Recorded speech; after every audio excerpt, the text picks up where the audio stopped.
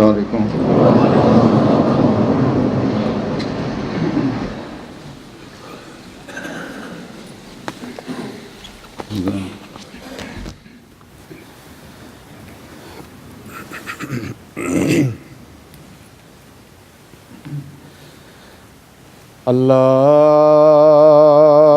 الله أكبر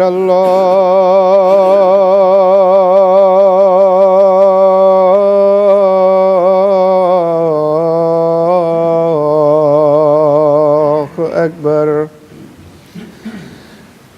الله أكبر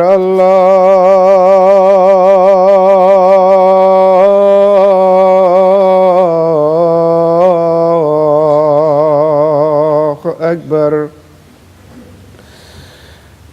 أشهد أن لا إله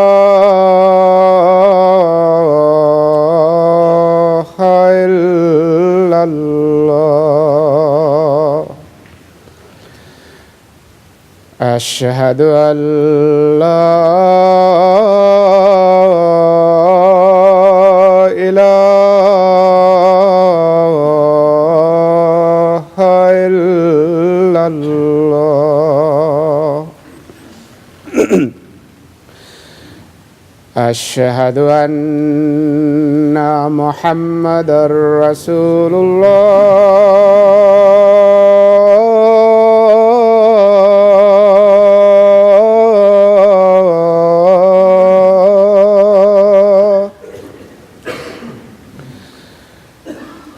أشهد أن محمدًا رسول الله. حي على الصلاة.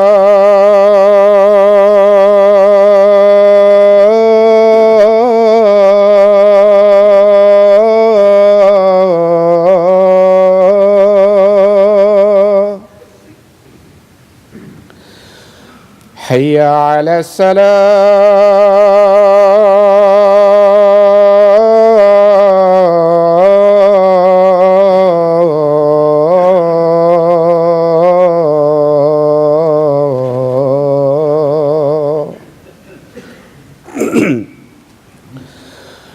حي على الفلاح.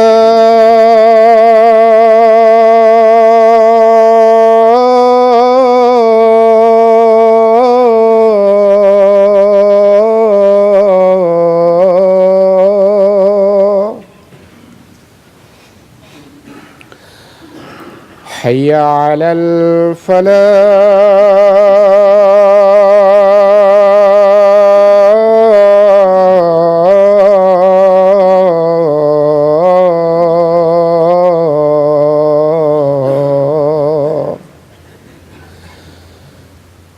الله أكبر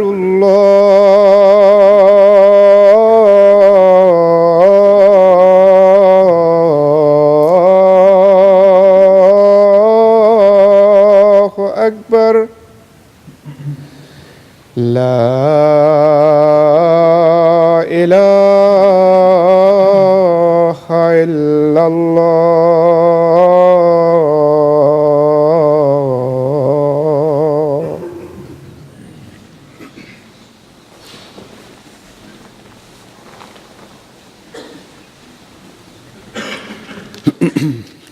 السلام عليكم ورحمة الله.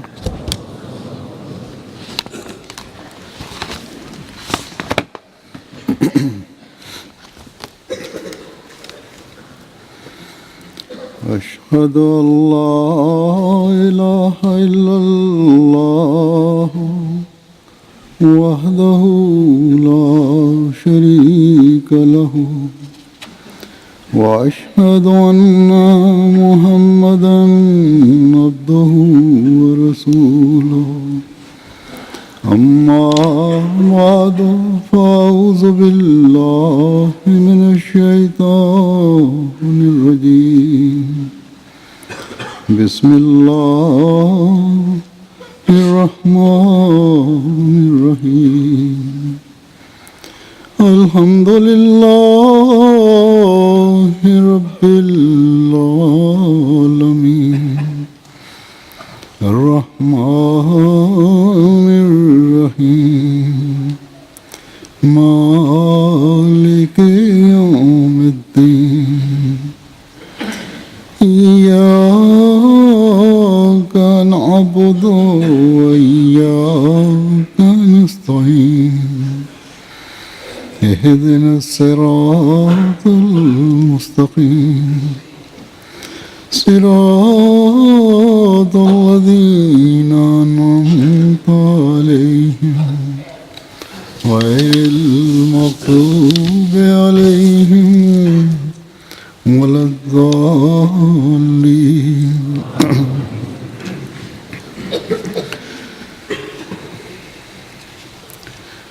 آج کے خطبے کے لیے بھی میں پیش گوئی مسلم عورت کے حوالے سے کوئی موضوع سوچ رہا تھا تو خیال آیا کہ عمومی طور پر ہم پیش گوئی مسلم عورت بیان کرتے ہیں، اس کی وضاحت کرتے ہیں، تھوڑی سی مختصر مجملاً بعض کاموں کا ذکر کرتے ہیں جو حضرت مسلم عورت رضی اللہ تعالیٰ عنہ نے کیے۔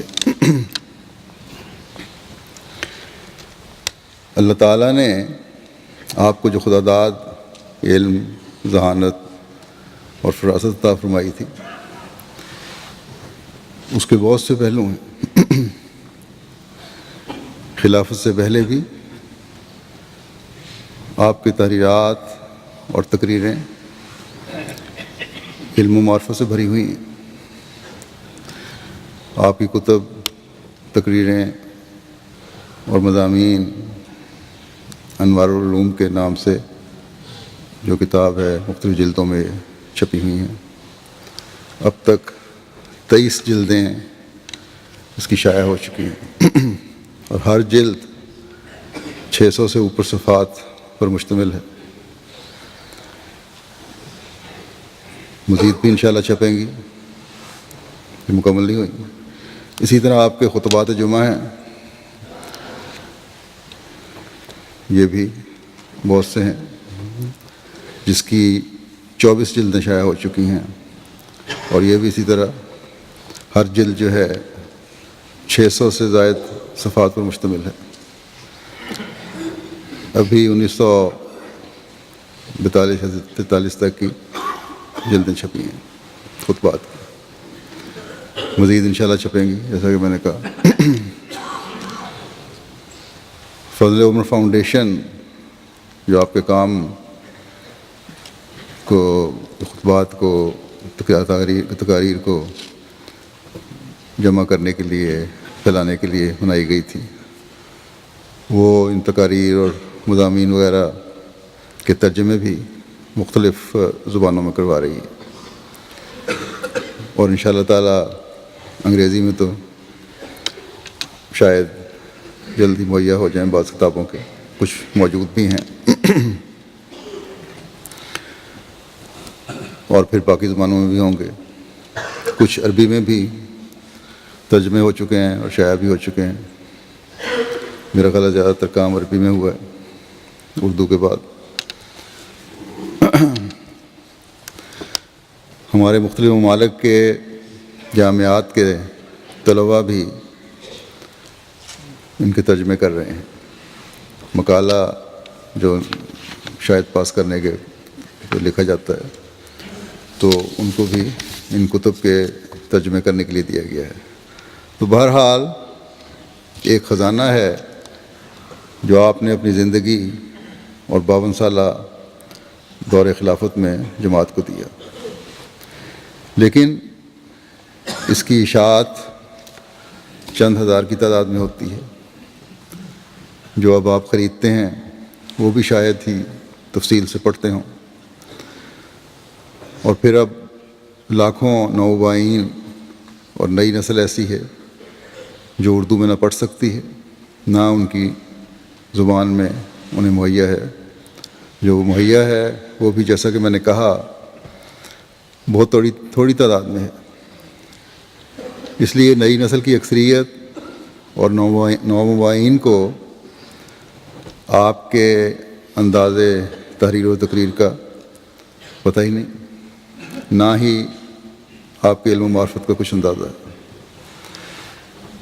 بلکہ میری عمر کے لوگ جو پیدائشی احمدی ہیں اور مجھ سے چند سال بڑے بھی، ان کو بھی آپ کے انداز خطیبانہ اور تقریروں کا اندازہ نہیں ہو سکتا۔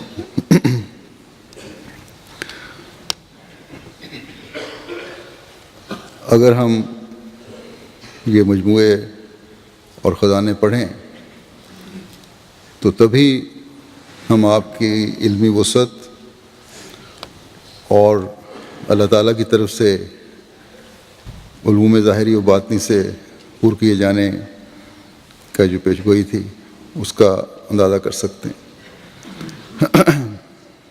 اور اپنے علم میں بھی، جیسا کہ میں نے کہا، اضافہ کر سکتے ہیں۔ ویڈیو آڈیو کی اس زمانے میں ایسی سہولت نہیں تھی۔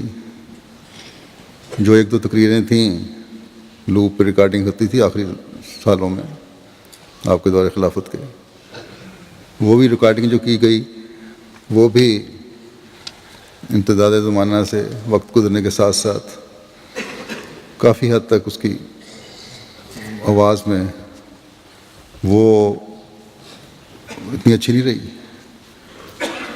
اور وہ بھی آپ کا جو انداز تھا اس میں جو ریکارڈنگ ہے وہ اصل شان و شوکت نہیں رکھتی اس کی۔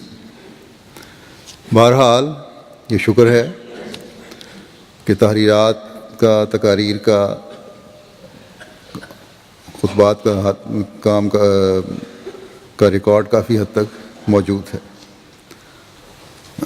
کافی حد تک اس لیے میں نے کہا ہے کہ اس زمانے میں زود نویس لکھا کرتے تھے، اور بعض جگہ یہ احساس ہوتا ہے کہ زود نویس جب لکھتے تھے تو انہوں نے مکمل طور پر بعض نوٹ نہیں کیے خطبات اور تقاریر اور تحریرات، یا مکمل فکریں نہیں لکھے گئے، بعض باتیں لکھنے سے رہ گئی ہیں۔ بہرحال آج میں نے بجائے اس کے کہ اس پیش گوئی کے بارے میں کچھ بیان کروں، سوچا کہ آپ کا ایک خطبہ جتنا زیادہ آپ کے الفاظ میں بیان ہو سکتا ہے وقت کی رعایت کے ساتھ وہ بیان کر دوں۔ جو خطبہ میں نے چنا ہے یہ بھی دعا کے طریق اور خدا تعالیٰ پر یقین، یہ یقین کہ وہی تمام قدرتوں کا مالک ہے اور جو وہ چاہتا ہے وہی ہوتا ہے، اس مضمون پر مشتمل ہے۔ یہ مضمون میں نے اس لیے بھی چنا ہے کہ آج کل بھی اگر ہم خارقہ نتائج دیکھنا چاہتے ہیں تو اس مضمون کے صحیح ادراک اور اس پر عمل کی ضرورت ہے۔ یہ خطبہ 10 اپریل 1942 کا ہے۔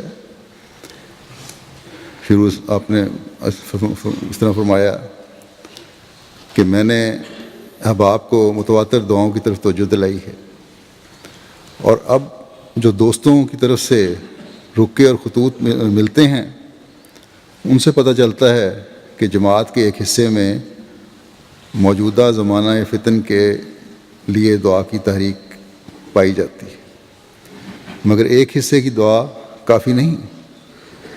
یہاں میں یہ بھی بتا دوں کہ آج کل بھی یہی صورتحال ہے، باوجود میرے بار بار کہنے کے، دعا کی طرف توجہ دینے کے، اپنی حالتوں کے بدلنے کے، جو توجہ ہونی چاہیے وہ نہیں ہو رہی۔ بہرحال پھر آپ آگے فرماتے ہیں کہ ضرورت ہے کہ مردوں اور عورتوں اور بچوں سب کی ذہنیت کو دعا کے لیے بدلا جائے، اور یہ ذہنیت اس رنگ میں بدل جاتی ہے، اس رنگ میں بدلی جاتی ہے کہ سب سے پہلے دعا پر یقین اور ایمان پیدا ہو۔ جو شخص بغیر یقین کے دعا مانگتا ہے اس کی دعا خدا تعالیٰ کے ہاں مقبول نہیں ہوا کرتی۔ ہو سکتا ہے کبھی ایسے شخص کی دعا قبول ہو جائے صرف نمونے کے طور پر، اور اس کے دل میں یقین پیدا کرنے کے لیے، لیکن قانون کے طور پر اس شخص کی دعا قبول ہوتی ہے جس کے دل میں یقین ہوتا ہے کہ خدا میری سنے گا۔ چنانچہ قرآن کریم میں اللہ تعالیٰ فرماتا ہے کہ امن یجیب المضطر اذا دعا، کہ مضطر کی دعا کون سنتا ہے؟ اور پھر فرماتا ہے اللہ ہی سنتا ہے۔ اور مضطر کے معنی عربی زبان میں یہ ہوتے ہیں کہ کسی کو چاروں طرف سے دھکے دے کر کسی طرف لے جائیں، جو چاروں طرف سے راستہ بند پا کر کسی ایک طرف کو جاتا ہے اس کو مضطر کہتے ہیں۔ یعنی وہ ہر طرف آگ دیکھتا ہے، اپنے دائیں دیکھتا ہے تو اسے آگ نظر آتی ہے، اپنے بائیں دیکھتا ہے تو اسے آگ نظر آتی ہے، اپنے پیچھے دیکھتا ہے تو اسے آگ نظر آتی ہے، اپنے نیچے دیکھتا ہے تو اسے آگ نظر آتی ہے، اپنے اوپر دیکھتا ہے تو اسے آگ نظر آتی ہے۔ صرف ایک جہت اس کے سامنے خدا تعالیٰ والی باقی رہ جاتی ہے اور اس پر اس کی نظر پڑتی ہے، اور سب جگہ اسے آگ ہی آگ دکھائی دیتی ہے، مگر صرف ایک طرف اسے امن نظر آتا ہے۔ اس سے تم سمجھ سکتے ہو کہ مضطر کے مضمون میں یقین پایا جانا ضروری ہے۔ مضطر کے صرف یہی معنی نہیں ہے کہ اس کے دل میں گھبراہٹ ہو، کیونکہ گھبراہٹ میں بعض دفعہ ایک شخص بے تحاشا کسی طرف چل پڑتا ہے بغیر اس یقین کے کہ جس طرف وہ جا رہا ہے وہاں اسے امن بھی حاصل ہوگا یا نہیں، بلکہ بعض لوگ گھبراہٹ میں ایسی طرف چلے جاتے ہیں جہاں خود خطرہ موجود ہوتا ہے اور وہ اس سے نہیں بچ سکتے۔ بس محض اضطراب کا دل میں پیدا ہونا اضطرار پر دلالت نہیں کرتا، اضطرار پر وہی حالت دلالت کیا کرتی ہے جب چاروں طرف کوئی پناہ کی جگہ انسان کو نظر نہ آتی ہو اور ایک طرف نظر آتی ہو۔ گویا اضطرار کی نہ صرف یہ علامت ہے کہ چاروں طرف آگ نظر آتی ہو، بلکہ یہ علامت بھی ہے کہ ایک طرف امن نظر آتا ہو اور انسان کہہ سکتا ہو کہ وہاں آگ نہیں ہے، تو وہی دعا خدا تعالیٰ کے حضور قبول کی جاتی ہے جس کے کرتے وقت بندہ اس رنگ میں اس کے سامنے حاضر ہوتا ہے۔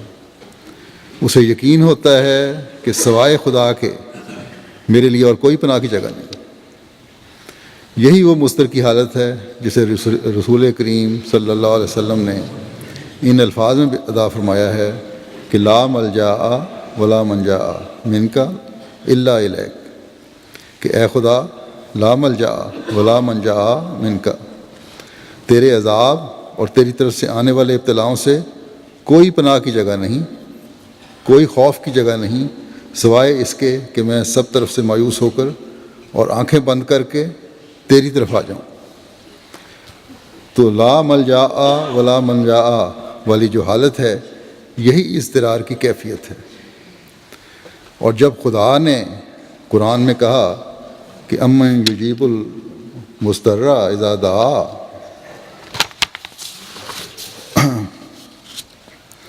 کہ بتاؤ مضطر کی کون سنتا ہے، تو مضطر کے معنی یہی ہوئے کہ ایسے شخص کی دعا جو اللہ تعالیٰ کے سوا کسی کو ملجا و ماوا نہیں سمجھتا اور اللہ تعالیٰ کے سوا کسی کو اپنا ملجا و منجا قرار نہیں دیتا۔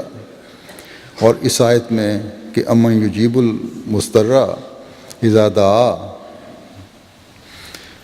در حقیقت اس کیفیت اضطرار کی طرف اشارہ کیا گیا ہے۔ مضطر کے لفظ پر یہ علمی روشنی ڈالنے، شاید کی وضاحت کرنے کے بعد پھر آپ نے جو آپ کا اسلوب تھا، تقریر کا طریق تھا، مضطر کے مختلف ضرورتوں اور حالتوں کا ذکر فرما کر مثالیں اور واقعات پیش کیے ہیں۔ آپ کی ہر تقریر واقعات اور مثالوں سے بھری ہوتی تھی۔ آپ فرماتے ہیں کہ اضطرار دنیا میں کئی قسم کے ہوتے ہیں، اس لیے یہاں المضطر کا لفظ رکھا گیا ہے جس کے معنی تمام قسم کے مضطر کے ہیں۔ بعض بندے دنیا میں ایسے ہوتے ہیں جو مضطر ہوتے ہیں، اور گو حقیقتاً اللہ تعالیٰ ہی ہر مضطر کا علاج ہے، مگر اس کے دیے ہوئے انعام کے ماتحت کوئی بندہ بھی ان کے اضطرار کو بدلنے کی طاقت رکھتا ہے۔ مثلا ایک غریب آدمی ہے، اسے کپڑے پھٹ جاتے ہیں، اسے نظر نہیں آتا کہ وہ نئے کپڑے کہاں سے بنوائے۔ ایک امیر آدمی جو بعض دفعہ ایک ہندو ہوتا ہے، سکھ ہوتا ہے، پارسی ہوتا ہے، دیریا ہوتا ہے، کوئی بھی ہو، وہ اس کو بنوا دیتا ہے۔ اب فرمایا کہ اب گو ہمارے یقین کے مطابق، یہاں میں بعض اس کو مختصر کر رہا ہوں بعض باتیں کیونکہ خطبہ کافی لمبا تھا یہ تو۔ فرمایا کہ اب گو ہمارے یقین کے مطابق خدا نے ہی اس امیر آدمی کے دل میں یہ تحریک پیدا کی ہوگی کہ وہ اس کپڑے بنوا دے، مگر جو کامل الایمان نہیں ہوتا وہ سمجھتا ہے کہ میرے اضطرار کی حالت میں فلاں آدمی کام آیا ہے، مگر وہی آدمی جس نے اسے کپڑوں کا جوڑا بنا کر دیا تھا، جب یہ ایسی بیماری میں مبتلا ہوتا ہے کہ اس کے لیے کھانا پینا حرام ہو جاتا ہے، پانی تک اسے ہضم نہیں ہوتا، تمام جسم کی صحت کی حالت خراب ہو جاتی ہے، چل پھر بھی نہیں سکتا، تو ایسی حالت میں وہ امیر آدمی اس کی مدد نہیں کر سکتا، بلکہ اگر کوئی اچھا طبیب ڈاکٹر ہو، اچھا لائق اور رحم دل جو ہوتا ہے، وہ اسے اس حالت میں دیکھتا ہے تو کہتا ہے کہ تمہیں علاج پر روپیہ خرچ کرنے کی توفیق نہیں، میں تمہیں مفت دوائی دینے کے لیے تیار ہوں۔ فرمایا کہ اس اضطرار کی حالت میں امیر اس کے کام نہیں آیا بلکہ طبیب اس کے کام آیا۔ پھر کبھی ایسا ہوتا ہے کہ اس پر کوئی مقدمہ بن جاتا ہے، وہ بے گناہ ہوتا ہے، اس کا دشمن زبردست ہوتا ہے اور وہ کسی وجہ سے ناراض ہو کر اسے کسی مقدمے میں ماخوذ کرا کے عدالت تک پہنچاتا ہے۔ اب اسے نہ وکیل کرنے کی توفیق ہے، نہ خود اس سے مقدمہ لڑنے کی قابلیت ہے، حیران ہوتا ہے کیا کرے۔ آخر کوئی رحم دل وکیل اسے مل جاتا ہے اور وہ کہتا ہے کہ میں بغیر فیس کے تمہاری وکالت کرنے کے لیے تیار ہوں۔ اب اس موقع پر اور کوئی کام نہیں آیا، صرف وکیل اس کے کام آیا۔ پھر ایک مثال دی، اسی طرح ذمہ دار کی مثال دی ہے۔ پھر آ کے فرماتے ہیں کہ تو ایک ہی انسان کے مختلف اضطراروں میں مختلف لوگ اس کے کام آ سکتے ہیں، لیکن اللہ تعالیٰ فرماتا ہے امن یجیب المضطر اذا دعا، مطلق مضطر جس کے لیے کوئی شرط نہیں کہ وہ کس قسم کا مضطر ہو، خواہ وہ بھوکا ہو، ننگا ہو، پیاسا ہو، بیمار ہو، بوجھ اٹھائے جا رہا ہو، کسی قسم کا اضطرار ہو، اس کی ساری ضرورتوں کو پورا کرنے والی صرف اللہ تعالیٰ کی ذات ہے۔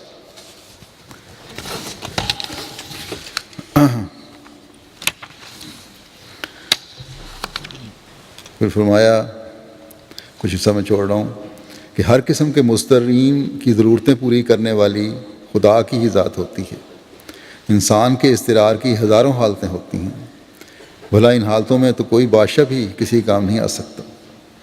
فرض کرو ایک شخص سخت بیمار ہے، اب بادشاہ خزانہ اس کا کام نہیں آ سکتا، بادشاہ کی فوجیں اس کے کام نہیں آ سکتی، بادشاہ کا قرب اس کے کام نہیں آ سکتا، اس کے کام تو اللہ تعالیٰ ہی آ سکتا ہے جو ہر قسم کی بیماریوں کو دور کرنے کی طاقت رکھتا ہے۔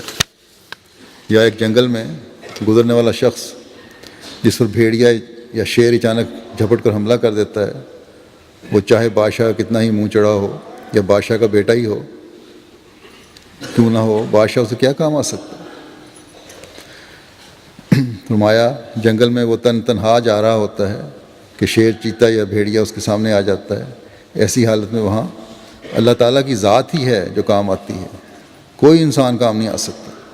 تو جب تک انسان کے اندر یہ یقین پیدا نہ ہو کہ ہر قسم کے اضطرار کی حالت میں اللہ تعالیٰ ہی کام آتا ہے، اس وقت تک وہ مضطر نہیں کہلا سکتا۔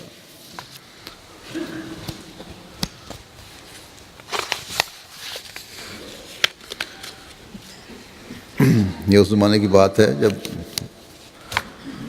انڈیا پاکستان اکٹھے تھے اور برطانیہ کی حکومت تھی ہندوستان پر۔ اس کی ایک مثال دیتے ہوئے فرماتے ہیں کہ انگریزوں کے ماتحت ہی ہندوستان میں کئی بزدل قومیں ہیں، مگر انگریز ان کو بہادر نہیں بنا سکے، صرف اتنا کہہ دیا کہ انہیں فوج میں بھرتی نہ کیا جائے۔ گویا بجائے اس کے کہ وہ ان کی ترقی کا باعث بنتے، انہوں نے ان کو اسی بزدلی کے گڑھے میں گرائے رکھا جس میں وہ پہلے گرے ہوئے تھے۔ لیکن اللہ تعالیٰ کی ذات کو دیکھو، اس کے ساتھ تعلق رکھنے سے بڑے بڑے بزدل بہادر بن جاتے ہیں اور بڑی بڑی غیر منظم قومیں منظم ہو جاتی ہیں۔ فرمایا کہ خدا جن قوموں کو ترقی دیتا ہے ان کی کایا پلٹ کر رکھ دیتا ہے اور ان کے دل بالکل بدل جاتے ہیں، ان کی کمزوری اور بزدلی جاتی رہتی ہے اور ان کے اندر ایسی طاقت اور قوت آ جاتی ہے کہ دنیا حیران رہ جاتی ہے۔ اب مسلمانوں کی مثال دی کہ مسلمانوں کو ہی دیکھ لو، عرب ایک ایسا ملک تھا جس کے باشندے کسی ایک بادشاہ کے ماتحت رہنا اور باقاعدہ کسی نظام کے ماتحت آنا گوارا نہیں کیا کرتے تھے، بلکہ قبائل کے سردار عوام سے مشورہ لے کر کام کرتے تھے اور ہر قبیلہ اپنی اپنی جگہ آزاد سمجھا جاتا تھا، مگر ان کی اتنی حیثیت بھی نہ تھی جتنی آج کل چھوٹی سے چھوٹی ریاستوں کی ہوتی ہے۔ کوئی قبیلہ 1000 افراد پر مشتمل تھا، کوئی قبیلہ 2000 افراد پر مشتمل تھا، کوئی قبیلہ 3000 افراد پر مشتمل تھا۔ مکے کی آبادی بھی اس وقت صرف 10-15 ہزار تھی، جس میں کئی قبائل تھے۔ پھر ان میں کوئی نظام نہ تھا، ان کے پاس کوئی خزانہ نہ تھا، کوئی سپاہی نہ تھا، کوئی ایسا محکمہ نہ تھا جس کے ماتحت باقاعدہ فوجیں رکھی جاتی ہوں اور سپاہی بھرتی کیے جاتے ہوں۔ غرض وہ ایک ایسی قوم تھی جو بالکل بے راہ رو تھی، کوئی طریقہ اور کوئی نظام، صحیح نظام ان میں نہیں پایا جاتا تھا۔ ایسی حالت میں رسول کریم صلی اللہ علیہ وسلم کو اللہ تعالیٰ نے مبعوث فرمایا، مگر بہت ہی تھوڑے لوگ آپ پر ایمان لائے۔ محققین کے نزدیک ساری مکی زندگی میں جو لوگ مکہ میں اسلام لائے ان کی تعداد 100 کے قریب بنتی ہے۔ غرض یہ تھوڑے سے آدمی رسول کریم صلی اللہ علیہ وسلم پر ایمان لائے۔ مکے کے لوگ اول تو خود ہی دنیاوی لحاظ سے نہایت حقیر تھے اور ان میں کوئی طاقت و قوت نہ تھی۔ وہ ویسے جنگجو تھے، اپنے قبیلے کے رکھ رکھاؤ رکھنے والے تھے، لیکن دنیاوی لحاظ سے کوئی طاقت نہیں تھی۔ پھر ان کمزور لوگوں میں سے بھی ایسے لوگ اسلام میں داخل ہوئے جو مکے والوں کی نگاہ میں بھی کمزور سمجھے جاتے تھے، مگر پھر اللہ تعالیٰ نے ان کے دلوں میں کتنی بہادری پیدا کر دی اور بے نظامی کی جگہ کیسی اعلیٰ درجے کی تنظیم کا نظر آنے لگا۔ یہی مکے کے لوگ یا عرب کے باشندے کسی کی بات ماننا گوارا نہیں کیا کرتے تھے، یعنی اطاعت جو دنیا میں مہذب قوموں کا شعار سمجھا جاتا ہے وہ ان کے نزدیک سخت ذلت کی بات تھی۔ پھر ایک پرانی عرب کا ایک قصہ مشہور ہے، اس کی مثال دیتے ہوئے فرماتے ہیں کہ دیکھو عربی ادب کی کتب میں لکھا ہے کہ عرب میں ایک بادشاہ عمر بن ہند تھا۔ اس نے ایک علاقے پر جو شام اور عراق کی طرف تھا حکومت قائم کی اور عرب کے لحاظ سے اس قدر شوکت حاصل کر لی کہ اسے خیال پیدا ہوا کہ سارا عرب میری بات مانتا ہے۔ ایک دن درباریوں سے اس نے بات کرتے ہوئے کہا، کیا عرب میں کوئی ایسا شخص بھی ہے جو میری بات ماننے سے انکار کر سکے؟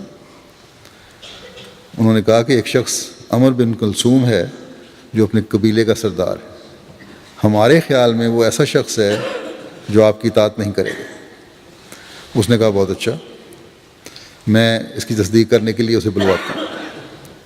چنانچہ بادشاہ نے عمر بن کلثوم کو دعوت دی اور اسے خط لکھا کہ آپ یہاں تشریف لائیں، آپ سے ملنے کو جی چاہتا ہے۔ چنانچہ وہ اپنے قبیلے کے کچھ لوگوں کو لے کر آ گیا جیسے عرب کا دستور تھا۔ بادشاہ اس وقت کسی جگہ خیموں میں ٹھہرا ہوا تھا، وہیں اس نے آ کر اپنے خیمے لگا دیے۔ اس نے عمر بن کلثوم کو یہ بھی لکھا تھا بادشاہ نے کہ اپنی والدہ اور دوسرے عزیزوں کو بھی لیتے آنا۔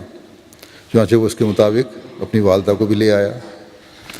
عمر بن ہند نے اپنی والدہ سے کہا، کام کرتے کرتے یعنی بادشاہ نے کام کرتے کرتے عمر بن کلثوم کی ماں سے کوئی چھوٹا سا کام لے کر دیکھنا تا پتہ لگ سکے کہ ان لوگوں کی کیا حالت ہے۔ تو چنانچہ جب وہ کھانا کھانے بیٹھے تو عرب کے دستور کے مطابق وہ بادشاہ کہلاتا تھا، مگر اس کی ماں خود کھانا برتانے میں بیٹھ گئی، اپنے بیٹے کے لیے بھی اور عمر بن کلثوم کے لیے بھی۔ گویا عمر بن ہند کی والدہ اس وقت عملاً عمر بن کلثوم اور اس کے دوسرے عزیزوں کا کام کر رہی تھی، بادشاہ کی والدہ۔ بس ایسے وقت میں عمر بن کلثوم کی ماں کا کسی کام میں ہاتھ بٹانا ہرگز اس کی حد تک کا موجب نہیں ہو سکتا تھا، کیونکہ بادشاہ کی ماں بھی کام کر رہی تھی۔ کیونکہ جب بادشاہ کی ماں خود ایسا کام کر رہی تھی تو اسی کام میں عمر بن کلثوم کی ماں کا ہاتھ بٹانا ہرگز کوئی ایسی بات نہیں تھی جو اس کی شان اور عزت کے منافی ہوتی۔ مگر واقعہ کیا ہوتا ہے، کھانا برتاتے وقت ایک تھال کچھ فاصلے پر پڑا تھا۔ عمر بن ہند کی والدہ کھانا برتاتے برتاتے اسے کہنے لگی کہ بی بی ذرا وہ تھال تو سرکا کر ادھر کر دینا۔ اسے یہ بھی ضرورت نہ ہوئی کہ اس سے زیادہ اس سے کام لے سکے، کام کرنے کے لیے کہے، مگر تاریخوں میں لکھا ہے کہ جو ہی اس نے عمر بن کلثوم کی اس عرب قبیلے کے سردار کی والدہ سے یہ بات کہی، بادشاہ کی ماں نے، وہ قبیلے کی سردار ماں کھڑی ہو گئی اور اس نے زور سے پکارنا شروع کر دیا کہ او ابن کلثوم، تمہاری ماں کی حد تک ہو گئی۔ عمر بن کلثوم اس وقت بادشاہ کے ساتھ کھانا کھا رہا تھا اور کھانا کھانے کی وجہ سے اس نے تلوار اپنی ایک طرف لٹکائی ہوئی تھی، مگر جو ہی اس نے اپنی ماں کی آواز کو سنا، اس نے اپنی ماں سے جا کر یہ نہیں پوچھا کہ تمہاری کیا حد تک ہوئی ہے۔ وہ گھبرا کر کھڑا ہو گیا اور ادھر ادھر دیکھنے لگا کہ کیا خیمے میں بادشاہ کی دیکھنے لگ گیا۔ خیمے میں بادشاہ کی تلوار لٹک رہی تھی۔ اس نے اچک کر تلوار کو میان سے نکالا اور بادشاہ کو قتل کر دیا، اور باہر نکل کر اس نے اپنے قبیلے والوں سے کہا کہ بادشاہ کا سب مال و متاع لوٹ لو۔ تو عرب لوگ کسی کی اطاعت برداشت نہیں کر سکتے تھے، لیکن پھر انہی عربوں کو ہم دیکھتے ہیں کہ محمد رسول اللہ صلی اللہ علیہ وسلم کے زمانے میں کس طرح اللہ تعالیٰ نے ان کے دل بدل ڈالے۔ انہی عربوں میں سے ایک سمجھدار اور پڑھے لکھے اور اپنی قوم کے معزز فرد حضرت عبداللہ بن مسعود گلی میں سے گزر رہے تھے اور رسول کریم صلی اللہ علیہ وسلم مسجد میں واعظ فرما رہے تھے۔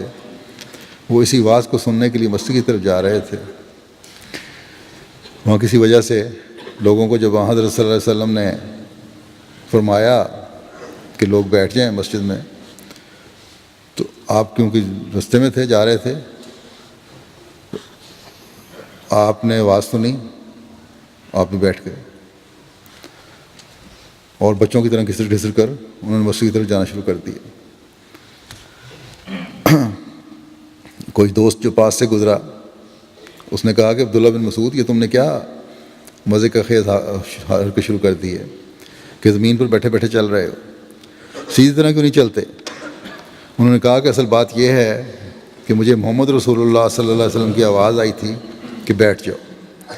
میں نے اپنے دل میں سوچا کہ مجھے کیا پتہ کہ میں وہاں تک زندہ پہنچوں یا نہ پہنچوں، ایسا نہ ہو میرا خاتمہ محمد رسول اللہ صلی اللہ علیہ وسلم کی نافرمانی میں ہو، اس لیے میں یہیں بیٹھ گیا اور میں نے بیٹھے بیٹھے مسجد کی طرف جانا شروع کر دیا۔ اب ذرا مقابلہ کرو اس واقعے کا عمر بن کلثوم کے واقعے سے کہ ایک بادشاہ کی دعوت پر وہ جاتا ہے، اس کی ماں کو، بادشاہ کی ماں کوئی بڑا کام نہیں بتاتی، بلکہ وہ کام بتاتی ہے جو وہ خود کر رہی ہوتی ہے اور اپنے بیٹے سے کم درجہ رکھنے والے شخص کے لیے کر رہی ہے۔ پھر وہ کام کوئی بہت بڑا کام بھی نہیں ہے، جو کچھ کر رہی تھی اس میں بھی ایک نہایت معمولی اور چھوٹا سا کام کرنے کے لیے اسے کہتی ہے، مگر اس کی طبیعت اس بات کو برداشت نہیں کر سکتی اور ادھر وہ بات کہتی ہے، ادھر وہ شور مچانے لگ جاتی ہے کہ میری حد تک ہو گئی۔ مگر اسی گروہ کا ایک فرد گلی میں رسول کریم صلی اللہ علیہ وسلم کی آواز سنتا ہے اور گلی میں سن کر ہی بیٹھ جاتا ہے اور ایسی حرکت کرتا ہے جو دنیا میں عام طور پر ذلیل سمجھی جاتی ہے۔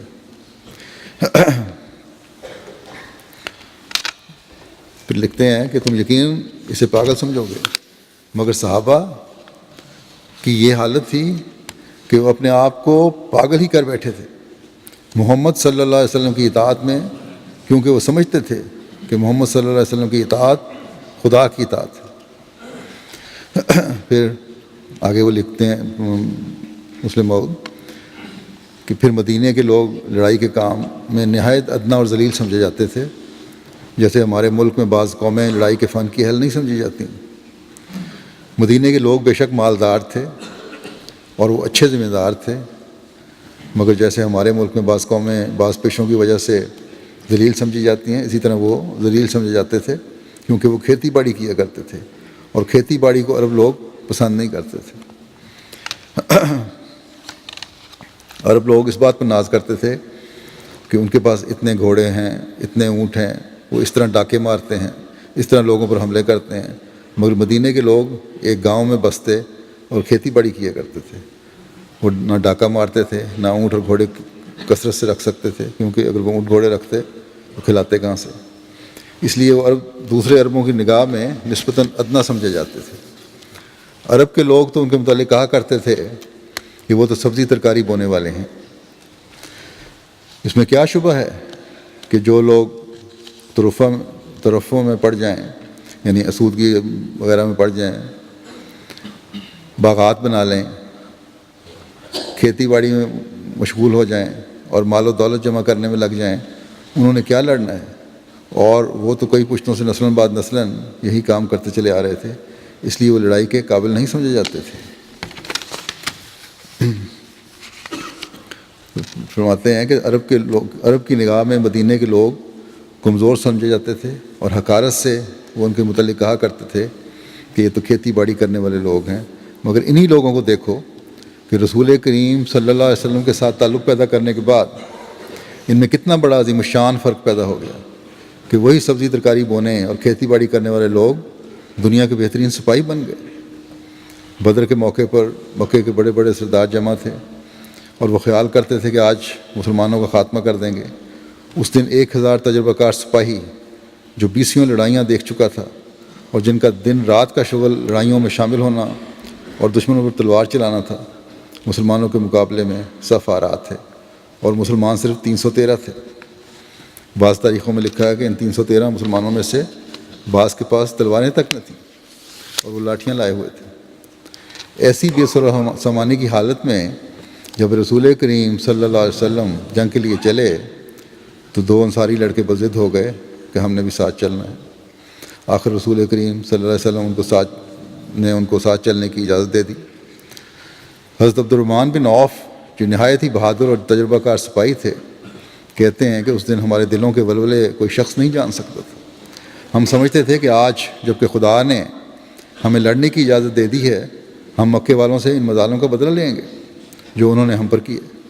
مگر وہ کہتے ہیں کہ اچھا سپاہی تبھی اچھا لڑ سکتا ہے جب اس کا دایاں اور بایاں پہلو مضبوط ہو، وہاں بھی کو اچھے لڑنے والے موجود ہوں۔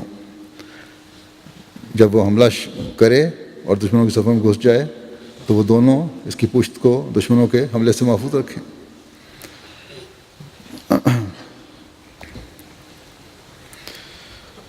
اس لیے بہادر سپاہی ہمیشہ درمیان میں کھڑے کیے جاتے ہیں تاکہ ان کے دائیں بائیں حفاظت کا خاص سامان رہے، اور جب وہ دشمن کی صف کو چیر کر آگے بڑھیں تو ان کی پیٹھ کی حفاظت ہوتی رہے۔ حضرت عبد الرحمن بن عوف کہتے ہیں کہ میں نے اسی خیال کے متحد اپنے دائیں بائیں دیکھا کہ دیکھوں میرے دائیں بائیں کون ہیں۔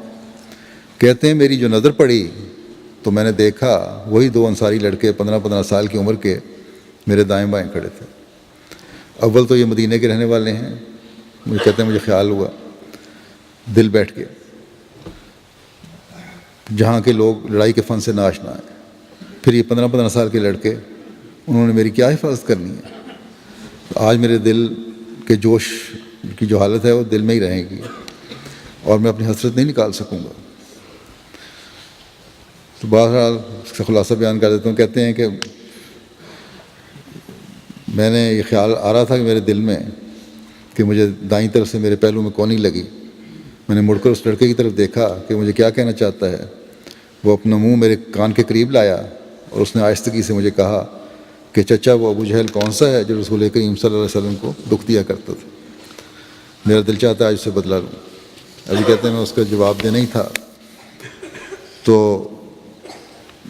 دوسری طرف سے مجھے کونی لگی اور اس نے میرے کان کے قریب اپنا منہ لا کے کہا کہ چچا وہ ابو جہل کون سا ہے جو رسول کریم صلی اللہ علیہ وسلم کو دکھ دیا کرتا تھا؟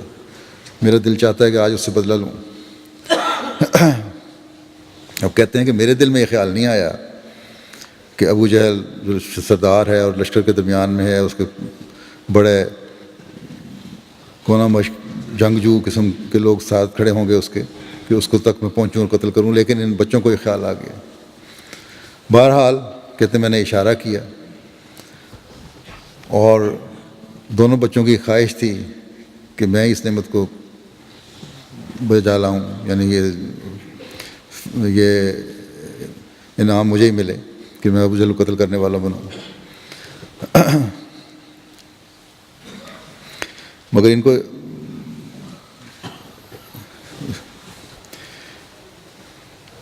تو مسلم فرماتے ہیں کہ اب عبد الرحمن بن عوف کی یہ حالت تھی کہ وہ پریشان تھے، مگر ان کو یہ پتہ نہیں تھا کہ ان دونوں کے دلوں میں ایمان نے ایک ہی جذبہ پیدا کر رکھا تھا۔ عبد الرحمن بن عوف کہتے ہیں کہ ان دونوں کے اس سوال نے میرے دل پر حیرت طاری ہو گئی اور مجھے ان کے ایمان کو دیکھ کر بہت ہی تعجب ہوا۔ چنانچہ میں نے انگلی اٹھا کر یہ بتانے کے لیے کہ تمہارا خیال کیسا ناممکن ہے کہا کہ وہ قلب لشکر میں یعنی درمیان میں بالکل جو شخص گھوڑے پر سوار ہے اور سر سے پیر تک مسلح ہے اور جس کے آگے 2 جرنیل ننگی تلواریں لے کر پہرا دے رہے ہیں وہ ابو جہل ہے۔ اس وقت ابو جہل کے سامنے ایک تو اکرمہ ننگی تلوار لے کر پہرا دے رہا تھا اور ایک اور مشہور جرنیل تھا۔ تو کہتے ہیں اور اکرمہ بھی کوئی معمولی انسان نہیں تھا بلکہ اس وقت دنیا کے بہترین سپاہیوں میں سے تھا، اور وہ دونوں اس وقت ننگی تلواریں لے کر ابو جہل کے سامنے کھڑے تھے۔ حضرت عبد الرحمن بن عوف کہتے ہیں کہ میں نے انگلی اٹھا کر انہیں بتایا کہ ابو جہل کون سا ہے۔ میری غرض یہ تھی کہ انہیں معلوم ہو جائے ان کا خیال کیسا ناممکن ہے، مگر کہتے ہیں کہ ابھی میری انگلی نیچے نہیں آئی تھی۔ جس طرح باز چڑیا پر حملہ کرتا ہے اسی طرح انہوں نے یکدم حملہ کر دیا، اور پیشتر اس کے کفار کے لشکر کو ہوش آئے کہ یہ ہو کیا گیا ہے، انہوں نے ابو جہل کو زخمی کر کے نیچے گرا دیا۔ ان میں سے ایک کا ہاتھ کٹ گیا تو کٹے ہوئے ہاتھ کو پھینک کر پھر آگے بڑھا، اور دونوں نے ابو جہل کو زخمی کر کے نیچے گرا دیا، اور اس طرح بدر کی جنگ بے جرنیل کے لڑی گئی۔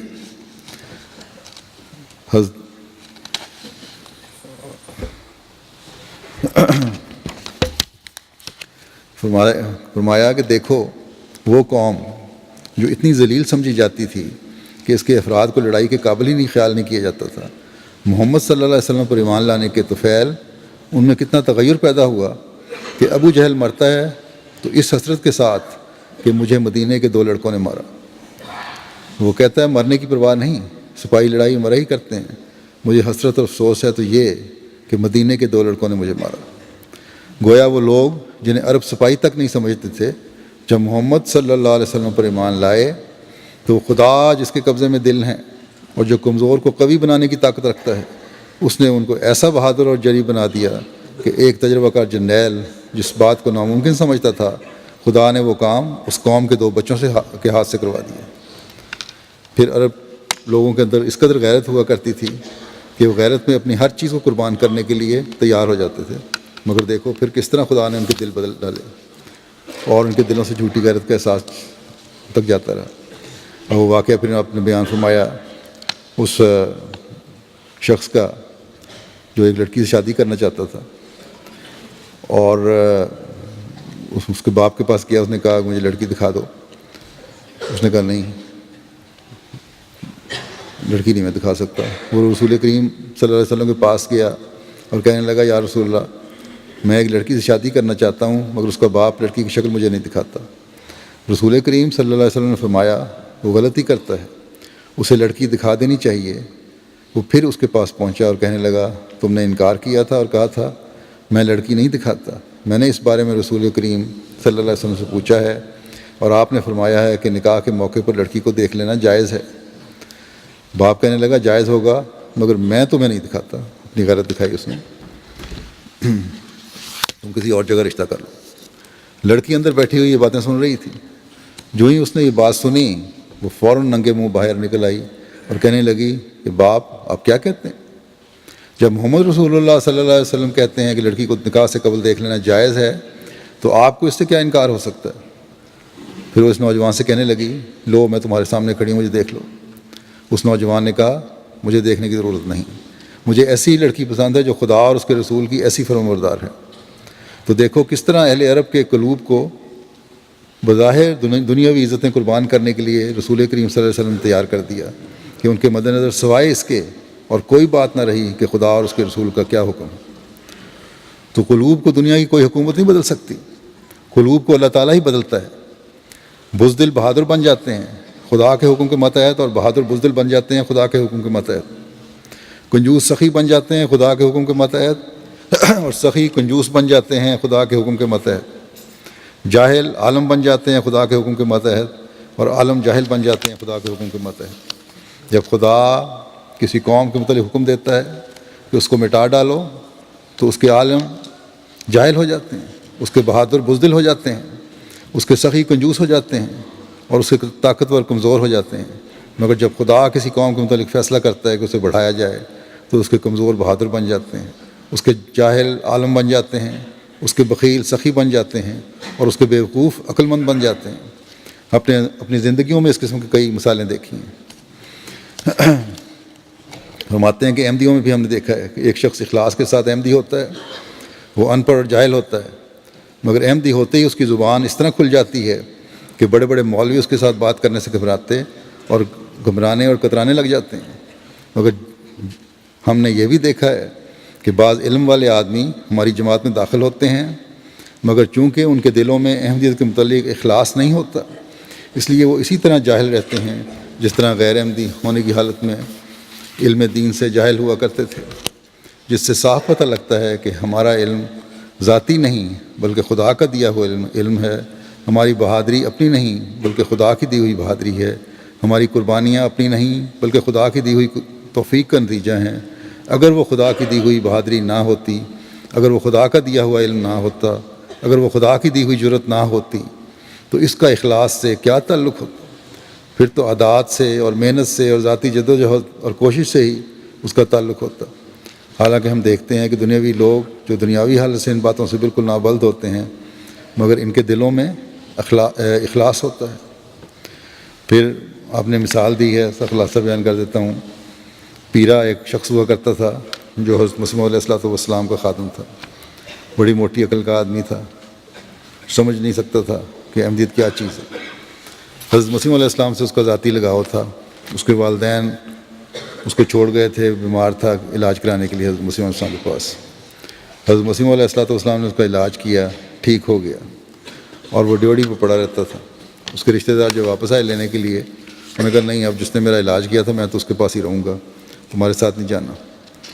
وہاں بیٹھا رہتا تھا ڈیوڑی میں، حضرت مسیح علیہ السلام کی پیغام لانا، پیغام رسانی کرنا، مہمانوں کو کھانا پہنچانا، یہ کام تھا، لیکن نمازیں نہیں پڑھتا تھا۔ حضرت خلیفہ اول رضی اللہ عنہ نے کہا کہ یہاں بیٹھا رہتا ہے، بعض لوگوں کے لیے ٹھوکر میں مجھے نہ بن جائے کہ نمازیں نہیں پڑھتا، اسے کہا کہ نماز پڑھا کرو۔ خیر اس کو بڑا سمجھایا کہ ان کو لالچ بھی شد دیا۔ ایک دن وہ 5 نمازیں پڑھنے کے لیے چلا گیا۔ اس عرصے میں جب نماز پڑھ رہے تھے وہ صاحب مسجد میں، تو جو اندر سے خاتون کھانا لے کے آئیں مہمانوں کے لیے، آوازیں دیں، آواز نہیں پہنچی، تو زور سے آواز دی کہ کھانا لے کے جاؤ نہیں تو میں شکایت کروں گی تمہاری۔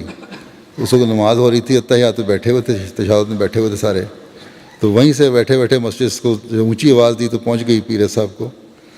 وہیں سے آواز دی انہوں نے کہ ٹھہر جا، اتحیات پڑھ لواں تے آنا واں۔ تو یہ حالت تھی ان کی دماغی حالت کی۔ لیکن اس وقت مسلموں فرماتے ہیں کہ قادیان میں پوسٹ آفس نہیں ہوتا تھا، نہ ریل تھی، تار گھر وغیرہ کچھ نہیں تھا، اور لوگ اسٹیشن بھی نہیں تھا۔ مولوی محمد حسین بٹالوی صاحب جو اسٹیشن میں لوگ اترتے تھے وہاں بٹالے میں، تو وہیں جا کے لوگوں کو ورگلایا کرتے تھے کہ قادیان نہ جاؤ، تمہارا ایمان خراب ہو جائے گا۔ ایک دن ان کو اور کوئی شکار نہیں ملا سارا دن اسٹیشن میں پھرنے سے، تو پیرا کو کسی کام سے کوئی بلٹی چھڑانے کے لیے، تار دینے کے لیے بھیجا گیا تھا وہاں، اس کو پکڑ لیا انہوں نے۔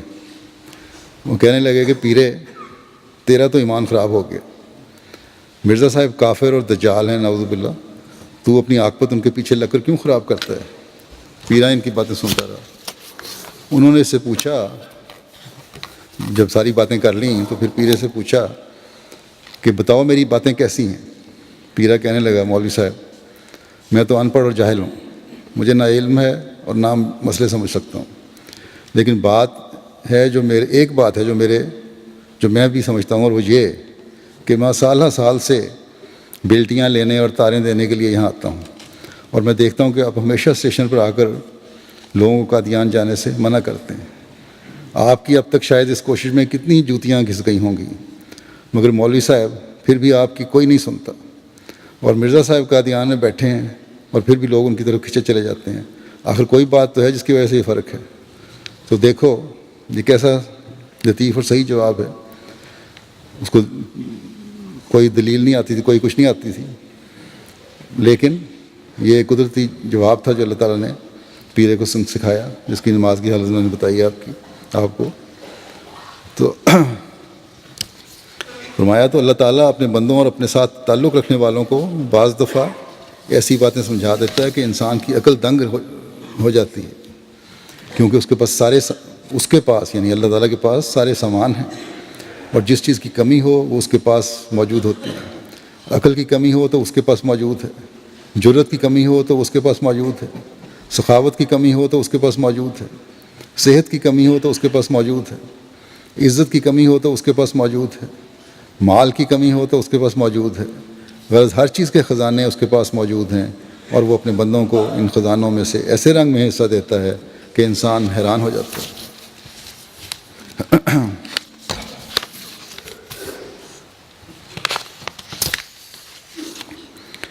فرماتے ہیں کہ یہیں قادیان میں ایک دفعہ پادری زویمر آیا, جو دنیا کا مشہور ترین پادری ہے اور امریکہ کا رہنے والا تھا.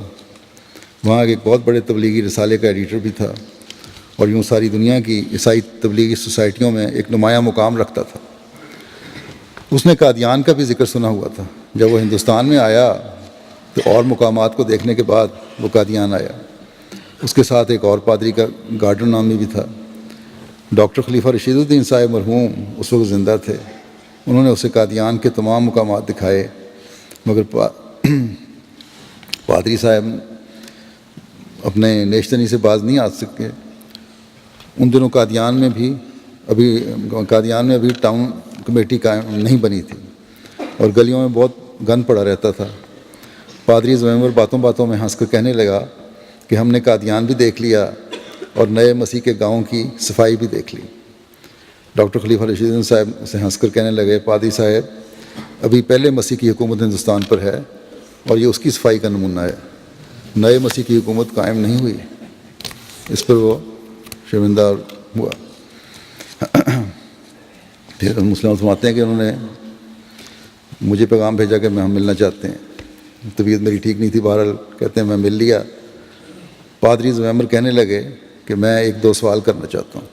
میں نے کہا فرمائیے. کہنے لگے اسلام کا عقیدہ تناسخ کے متعلق کیا ہے؟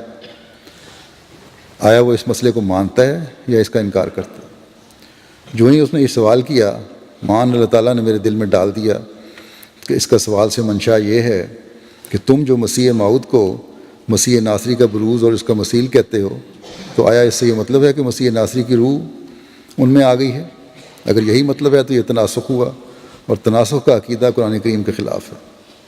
چنانچہ میں نے اسے ہنس کر کہا, پادری صاحب آپ کو غلطی لگی ہے. ہم یہ نہیں سمجھتے کہ مرزا صاحب میں مسیح ناصری کی روح آ گئی ہے, بلکہ ہم ان معنوں میں آپ کو مسیح ناصری کا مثیل کہتے ہیں کہ آپ مسیح ناصری کے اخلاق اور روحانیت کے رنگ میں رنگین ہو کر آئے ہیں. میں نے جب یہ جواب دیا تو کہنے لگا کہ آپ کو کس نے بتایا کہ میرا یہ سوال ہے؟ سوال تو اور طرح تھا, انڈائریکٹ. بہرحال کہنے لگا کہ میرا منشا یہی معلوم کرنا تھا کہ آپ کس طرح کہتے ہیں. پھر کہا کہ میں نے اس سے کہا دوسرا سوال کیا تمہارا؟ کہنے لگا کہ دوسرا سوال یہ ہے کہ نبی کی بعثت کیسے مقام پر ہونی چاہیے, یعنی اس کو اپنا کام سر انجام دینے کے لیے کس قسم کا مقام چاہیے. جو ہی اس نے یہ دوسرا سوال کیا, دوبارہ خدا تعالیٰ نے میرے دل میں یہ بات ڈال دی کہ اس سوال سے اس کا یہ منشا ہے کہ قادیان ایک چھوٹا سا گاؤں ہے, یہ دنیا کا مرکز کیسے بن سکتا ہے, اور اس چھوٹے سے گاؤں مقام سے ساری دنیا میں تبلیغ کس طرح کی جا سکتی ہے. اگر حضرت مرزا صاحب کی بعثت کا مقصد ساری دنیا میں اسلام کی تبلیغ پہنچانا ہے تو آپ کو ایسی جگہ بھیجنا چاہیے تھا جہاں سے ساری دنیا میں آواز پہنچ سکتی, نہ یہ کہ قادیان جو ایک چھوٹا سا گاؤں ہے اس میں آپ کو بھیج دیا. غرض اللہ تعالیٰ نے اس سوال کے یہ بات میرے دل میں ڈال دی, اور میں نے پھر اس کو مسکرا کر کہا کہ پادری صاحب, ناصرہ سے بڑا کوئی شہر ہو وہاں نبی آ سکتا ہے؟ حضرت مسیح ناصری جس گاؤں میں ظاہر ہوئے تھے اس کا نام ناصرہ تھا, اور ناصرہ کی آبادی بمشکل 10-12 گھروں پر مشتمل تھی. میرے اس جواب پر پھر ان کا رنگ پھک ہو گیا اور حیران ہوئے کہ میں نے اس بات کا جواب دے دیا. اسی طرح کو تیسرا سوال بھی کیا تھا جو یاد نہیں. بہرحال فرماتے ہیں کہ بہرحال اس نے 3 سوال کیے اور تینوں سوالات کے متعلق قبل از وقت اللہ تعالیٰ نے القاء کر کے مجھے بتا دیا کہ اس کا ان سوالات سے اصل منشا کیا ہے، اور باوجود اس کے کہ وہ چکر دے کر پہلے اور سوال کرتا تھا، پھر بھی اللہ تعالیٰ نے اس کا اصل منشا مجھ پر ظاہر کر دیا اور وہ بالکل لاجواب ہو گیا. تو اللہ تعالیٰ قلوب پر عجیب رنگ میں تصرف کرتا اور اس تصرف کے ماتحت اپنے بندوں کی مدد کیا کرتا ہے، اور یہ تصرف صرف خدا کے اختیار میں ہوتا ہے، بندوں کے اختیار میں نہیں ہوتا. فرماتے ہیں کہ ایک دفعہ ایک کج بحث ملا مسجد میں مجھے ملا اور کہنے لگا مجھے مرزا صاحب کی صداقت کا ثبوت دیجیے. میں نے کہا قرآن موجود ہے، سارا قرآن حضرت مرزا صاحب کی صداقت کا ثبوت ہے. کہنے لگا کون سی آیت؟ میں نے کہا قرآن کریم کی ہر آیت مرزا صاحب کی صداقت کا ثبوت ہے. اب یہ تو صحیح ہے، قرآن کریم کی ہر آیت ہی کسی نہ کسی رنگ میں نبی پر چسپاں ہو سکتی ہے، مگر بعض آیتیں ایسی ہیں کہ ان کو سمجھنا اور یہ بتانا کہ کس رنگ میں اس سے نبی کی صداقت کا ثبوت نکلتا ہے بہت مشکل ہے. فرض کرو کسی آیت میں لڑائی کا واقعہ بیان ہو تو اب گو اس سے بھی نبی کی صداقت ثابت کی جا سکتی ہے، مگر وہ ایسا رنگ ہے جو عام طباع کے سمجھ سے بالا ہوتا ہے. مجھے مگر کہتے ہیں کہ مجھے اس وقت یقین تھا کہ اللہ تعالیٰ تصرف فرما کر اس کی زبان سے وہی آیت نکلوائے گا جس سے نہایت وضاحت کے ساتھ حضرت مسیح موعود علیہ السلام کی صداقت ثابت ہو جائے گی. تو بہرحال کہتے ہیں آخر اس نے یہ آیت پڑھی کہ وَمِنَ النَّاسِ مَن يَقُولُ آمَنَّا بِاللَّهِ وَبِالْيَوْمِ الْآخِرِ وَمَا هُمْ بِمُؤْمِنِينَ. میں نے سمجھ لیا کہ یہ اللہ تعالیٰ کا ہی تصرف ہے کہ اس نے اس کی زبان سے یہ آیت نکلوائی ہے. چنانچہ میں نے اس سے کہا یہ آیت کن لوگوں کے متعلق ہے، مسلمانوں کے متعلق ہے یا غیر مسلم کے متعلق ہے؟ اس کا سوال یہ تھا کہ جب مسلمان نمازیں پڑھتے ہیں، پہلے سوال یہ کر چکا تھا کہ جب مسلمان نمازیں پڑھتے ہیں، روزے رکھتے ہیں، حج کرتے ہیں اور خدا اور اس کے رسول پر ایمان لاتے ہیں تو ان کے لیے کسی نبی کی کیا ضرورت ہے؟ جب اس نے یہ آیت پڑھی تو میں نے اس سے پوچھا کہ یہ آیت کن لوگوں کے متعلق ہے؟ اس نے کہا مسلمانوں کے متعلق. میں نے کہا تو پھر یہ آیت بتاتی ہے کہ مسلمانوں میں بھی بعض لوگ خراب ہو جاتے ہیں. وہ منہ سے تو کہتے ہیں کہ ہم مومن ہیں، مگر در حقیقت وہ مومن نہیں ہوتے. اور قرآن یہ بتاتا ہے کہ خالی اپنے آپ کو مومن کہہ لینا کافی نہیں جب تک انسان اپنے عمل سے بھی ایمان کا ثبوت نہ دے. اب آپ ہی بتائیں کہ جب مسلمان بھی بگڑ سکتے ہیں تو کیا خدا ان کی اصلاح کے لیے کسی نبی کو بھیجے گا یا نہیں؟ فرمایا کہ دلوں کی تسلی تو بہرحال اللہ کا کام ہے، لیکن بہرحال اس بات پہ چپ ہو گیا.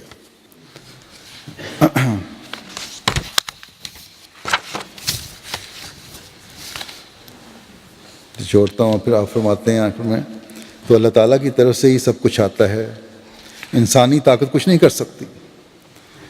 اس لیے یاد رکھو دعائیں جب تک مستر ہو کر نہ کی جائیں، یعنی اس یقین کے ساتھ کہ دنیا کی ہر ضرورت کو پورا کرنے والی ہستی صرف اور صرف خدا کی ذات ہے، اس وقت تک قبول نہیں ہوتی.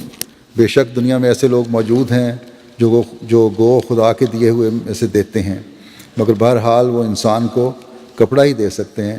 بے شک دنیا میں ایسے لوگ موجود ہیں جو گو خدا کے دیے ہوئے میں سے دیتے ہیں، مگر بہرحال وہ دوسرے کو مکان ہی دے سکتے ہیں. بے شک دنیا میں ایسے لوگ موجود ہیں جو لوگ خدا کے دیے ہوئے علم سے دوسروں کو فائدہ پہنچاتے ہیں، مگر بہرحال وہ بیماروں کا علاج ہی کر سکتے ہیں. بے شک دنیا میں ایسے لوگ موجود ہیں جو گو خدا کے دیے ہوئے علم سے دوسروں کی حفاظت کے لیے مقدمہ مفت لڑ سکتے ہیں، مگر بہرحال وہ مقدمہ بغیر فیس کے لینے کے ہی لڑ سکتے ہیں. مگر کوئی انسان دنیا کا ایسا نظر نہیں آ سکتا جس کے ہاتھ میں یہ ساری چیزیں ہوں. کوئی انسان ایسا نہیں جس کے ہاتھ میں دلوں کی تبدیلی ہو. کوئی انسان ایسا نہیں جس کے ہاتھ میں جذبات کی تبدیلی ہو. یہ صرف خدا کی ذات ہے جس کے قبضہ تصرف میں تمام چیزیں ہیں، اور جو دلوں اور اس کے نہاں در نہاں جذبات کو بھی بدلنے کی طاقت رکھتا ہے.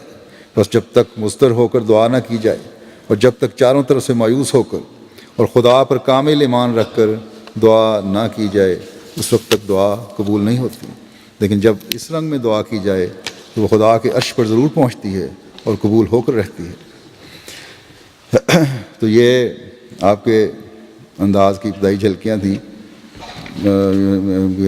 جو خطاب تھا اس کی جھلکیاں تھیں، بعض میں نے پیش کی. آج اس حوالے سے میں بھی یہ کہنا چاہتا ہوں کہ آج بھی اگر ہم نے حالات کو بدلنا ہے تو تمام طاقتوں کے مالک خدا کے آگے جھکنا ہوگا، اور اس طرح جھکنا ہوگا جس طرح ہم نے یہ اس میں سنا. کہ تمام طاقتوں کا سرچشمہ وہی ہے، تمام قسم کی مدد اسی سے مل سکتی ہے، دلوں کو پھیرنے والا وہی ہے، دلوں کو قابو کرنے والا وہی ہے، لوگوں کی طاقتوں کو قابو کرنے والا وہی ہے۔ اللہ کرے کہ ہم ایسی دعائیں کرنے والے ہوں۔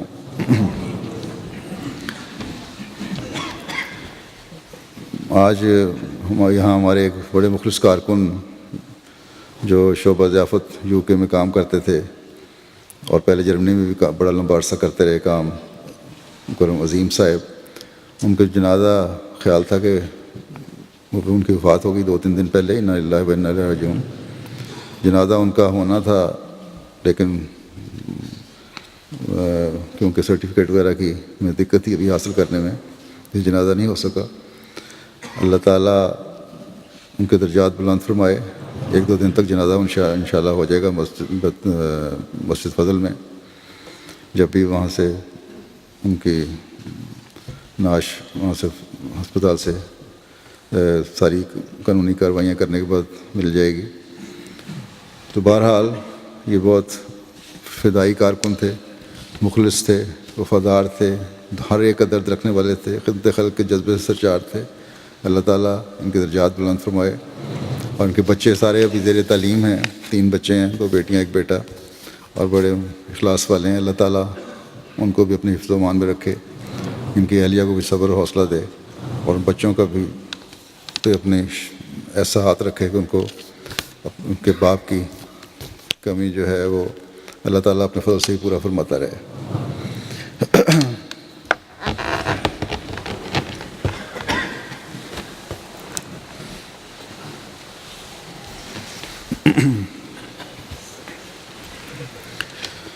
الحمد للہ نحمدہ ونستعینہ ونستغفرہ ونؤمن بہ ونتوکل علیہ ونعوذ باللہ من شرور انفسنا ومن سیئات اعمالنا، من يهده الله فلا مضل له ومن يضلل فلا هادي له، ونشهد أن لا إله إلا الله ونشهد أن محمدا عبده ورسوله۔ عباد الله رحمكم الله، إن الله يأمر بالعدل والإحسان وإيتاء ذي القربى وينهى عن الفحشاء والمنكر والبغي يعظكم لعلكم تذكرون۔